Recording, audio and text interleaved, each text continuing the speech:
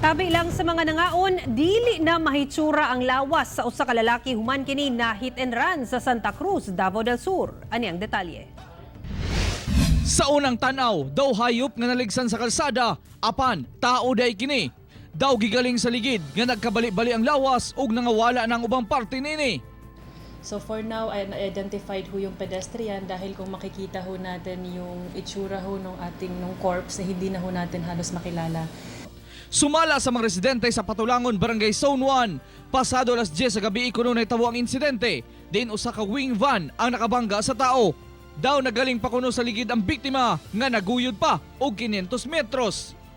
10-wheelers wing van dito sir, pero dili ko ka-identify kay kani laging dili man na emergency man nga pagkahitabo, pero mao gitong wing van dito sa nga 10-wheelers. Pag magbangga diri naguyod pa. Juan sir, pagkakita na mo diya ninaog tong pahinanti kay namay ka ng lawas sa atubangang bahin sa truck.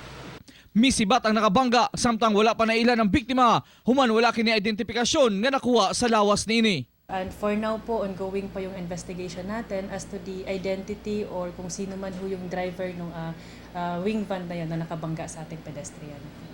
Kauban si Melchor Awing sa kamera, ako si Real Suroche para sa One Mindanao.